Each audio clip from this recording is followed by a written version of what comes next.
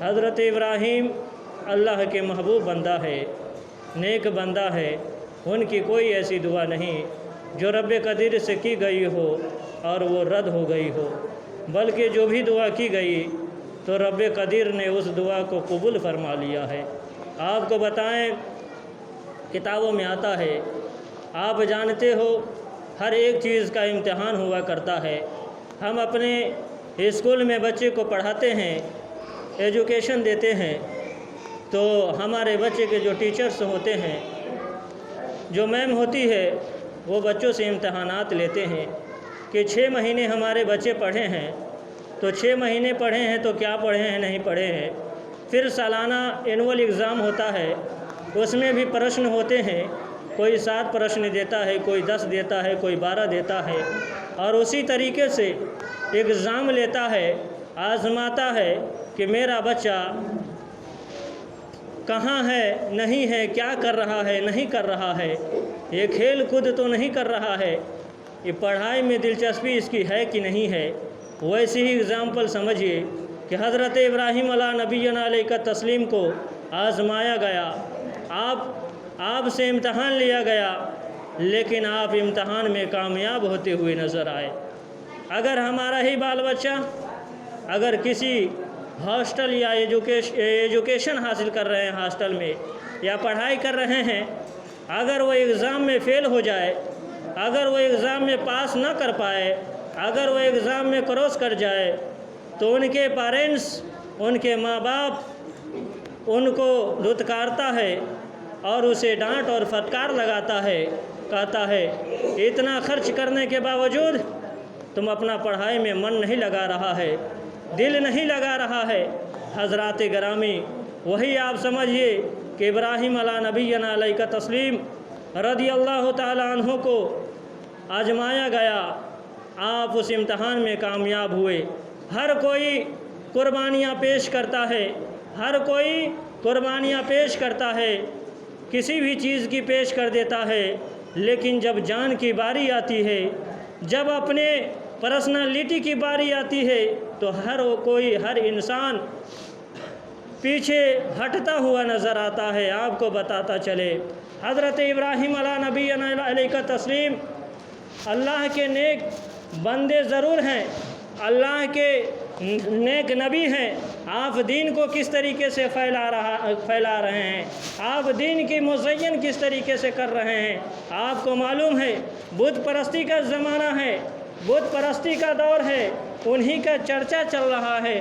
حضرت ابراہیم علیہ نبینا علیہ تسلیم اس زمانے میں موجود ہے، بہت سارے بت رکھے ہوئے ہیں۔ کیا ہوا؟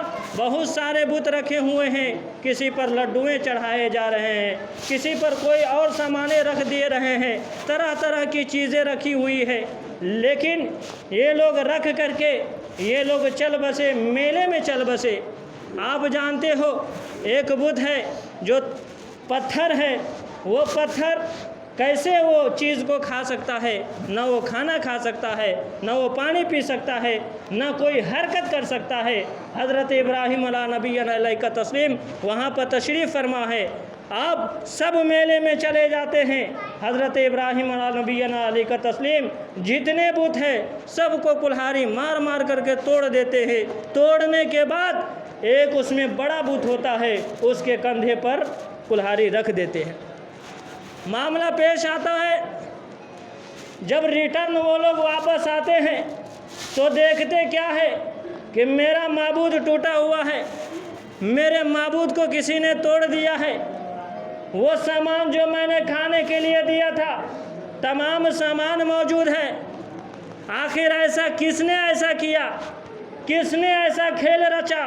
کس نے ہمارے معبود کو مار دیا؟ کس نے چکنا چور ہمارے معبود کو کر دیا؟ اسی میں سے ایک شخص نے کہا کہ جانتے ہو ایک ابراہیم ہے، ایک نوجوان شخص ہے، اسی کا یہ کام ہو سکتا ہے، اس کے علاوہ کوئی نہیں کر سکتا ہے۔ حضرات گرامی، سب کے سب حضرت ابراہیم علیہ نبینا علیہ تسلیم کے دربار میں حاضر ہوئے، عرض کرنے لگے، کہا تو نے ہمارے بتوں کے ساتھ ایسا کیا ہے؟ کہا نہیں، یہ غلط ہے، ہم نے ایسا نہیں کیا ہے، ہم نے ایسا نہیں کیا ہے۔ کہا کہ ہاں آپ نے ایسا ضرور کیا ہے؟ کہا کہ ہاں ہم نے کیا ہے۔ کیا ہم نے کیا ہے؟ کہا اس کو تم اپنا خدا اور بھگوان مان رہے ہو، اس کو تم اپنا خدا مان رہے ہو جو وہ خود نہیں چل پا رہا ہو، جو وہ خود نہ کھا پا رہا ہو، جو وہ خود نہ حرکت دے رہا ہو، تو ایسے خدا ماننے سے کیا فائدہ؟ ایسے خدا کی پرستش کرنے سے کیا فائدہ؟ اب یہ لوگ پریشان ہو گئے۔ اب کہا اسے سزا دینا ضروری ہے، بغیر سزا دیے اسے چھوڑا نہیں جائے گا۔ کتابوں میں آتا ہے کہ بہت ساری لکڑیاں اکٹھا کروائی گئی، اس میں نوجوان بھی ہیں لکڑی لانے میں شامل، مرد بھی ہیں، عورت بھی ہے، چھوٹے چھوٹے بچے بھی ہیں۔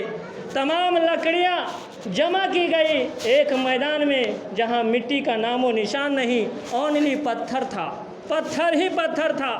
وہاں پر لکڑیاں اکٹھا کی گئی، کرنے کے بعد اس میں ماچس ڈالا گیا، ماچس لگائی گئی، لگانے کے بعد آپ کو ایک جھولے کی شکل میں بنا دیا گیا، اس میں رکھ دیا گیا، اور رکھ دینے کے بعد آپ کو آگ میں ڈالا گیا۔ دیکھیے اللہ کی مرضی۔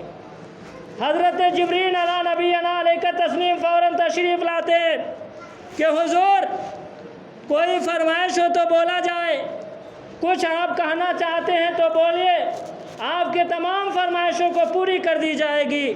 فوراً ہی برسات کے ایک فرشتے آئے جو بارش برساتے ہیں۔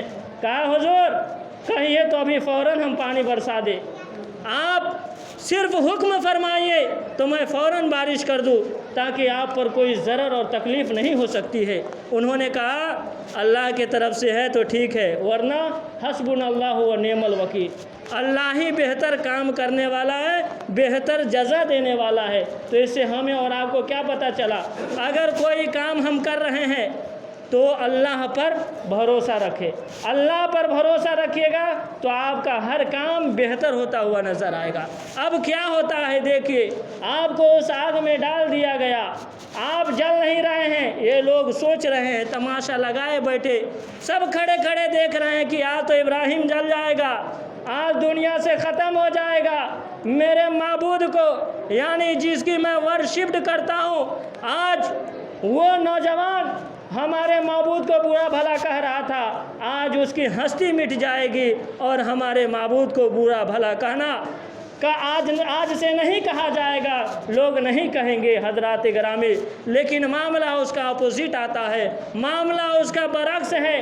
آگ جل رہی ہے، آسمان سے آگے بات کر رہی ہے، لیکن حضرت ابراہیم علیہ نبینا علیہ کا تسلیم کو ذرہ برابر بھی کوئی تکلیف نہیں پہنچ رہی ہے۔ اللہ کا حکم ہوتا ہے یا نارو کونی بردا و سلامن علی ابراہیم، کہ اے آگ ابراہیم پر تو ٹھنڈی ہو جاؤ اور سلامتی والا ہو جاؤ۔ کہنا تھا، کتابوں میں آتا ہے، صرف کہتا یا نارو کونی بردا و سلامن، کہ اے آگ ابراہیم پر سلامتی ٹھنڈی ہو جا، تو ایسا معاملہ پیش آتا کہ حضرت ابراہیم علیہ نبینا علیہ کا تسلیم ٹھنڈی کی وجہ سے ان کو تکلیف پہنچ سکتی تھی، وہ تکلیف میں گرفتار ہو سکتے تھے، لیکن اللہ نے فرما دیا پورے یا نارو کونی بردم و سلامن علی ابراہیم، اے آگ حضرت ابراہیم پر ٹھنڈی اور سلامتی والا ہو جاؤ۔ حضرات گرامی جب دیکھا کہ کچھ فرق نہیں پڑ رہا ہے، یہ لوگ عاجز آ گئے۔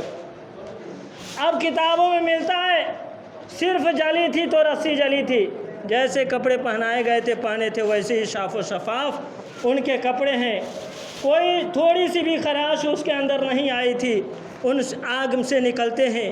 اتنا دیکھنے کے بعد کوئی بھی ایمان نہیں لاتا ہے، جتنے لوگ وہاں تھے کوئی ایمان نہیں لاتا ہے علاوہ حضرت لوط علیہ السلام کے۔ حضرت لوط علیہ السلام یہ بھی اللہ کے نبی ہے، برگزیدہ بندے ہیں۔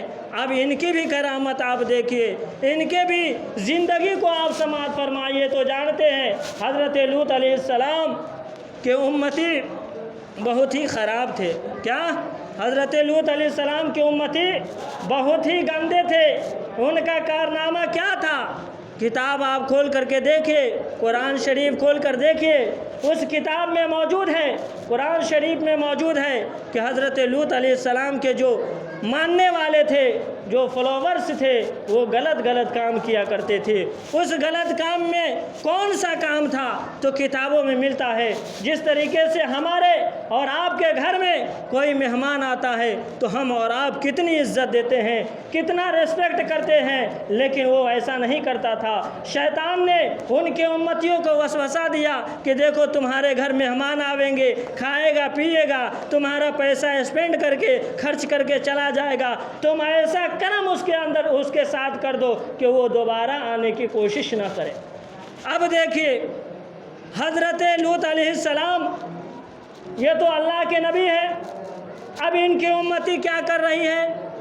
اب یہ لوگ ایسے کر رہے ہیں کہ کوئی مہمان آ رہا ہے تو اس کے ساتھ غلط حرکت کر دے رہا ہے، اس کے ساتھ غلط حرکت کر دے رہا ہے، چاہے وہ میل ہو چاہے وہ فیمیل ہو، کئی طرح کے، چاہے جو بھی ہو جینڈر میں جتنے بھی لوگ آ رہے ہیں اس کے ساتھ غلط حرکت کر دے رہا ہے۔